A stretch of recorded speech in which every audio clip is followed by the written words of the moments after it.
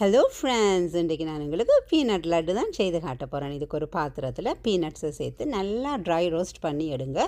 Peanuts நல்லா வறுபட வேணும். இது எப்படி வறுபட்டுட்டுன்னு உங்களுக்கு தெரியுமெண்டா, வறுக்கக்குள்ளே டிக் டிக்கன்ற ஒரு சத்தம் கேட்கும் வடிக்கிற மாதிரி. அதோடு நீங்கள் வாயில் கூட போட்டு பார்க்கலாம். நல்லா முறுமுரண்டு வந்ததுக்கு பிறகு ஆற விட்டுட்டு மிக்ஸி ஜாரில் சேர்த்து பல்ஸ் மோட்டில் ஒரு 3 தரம் அடிச்செடுங்க. இந்த மாதிரி கொரகொரப்பாக அடிச்செடுத்திங்கன்னா போதும். இதுக்கு பிறகு நான் 1/4 கப் ப்ரௌன் சுகர் சேர்த்துருக்கிறேன்.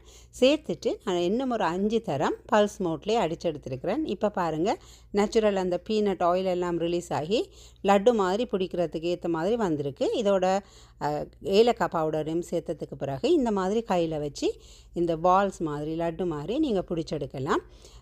இலங்கையில் இது கச்சானன்னு சொல்லுவாங்க, நிலக்கடலை சொல்லுவாங்க, இந்தியாவில் வேர்க்கடலை சொல்லுவாங்க. இது உண்மையிலேயே ஒரு டேஸ்டான ப்ரோட்டீன் ரிச் ஈஸியாக செய்யக்கூடிய ஒரு ஸ்நாக். ட்ரை பண்ணி பாருங்கள் ஃப்ரெண்ட்ஸ்.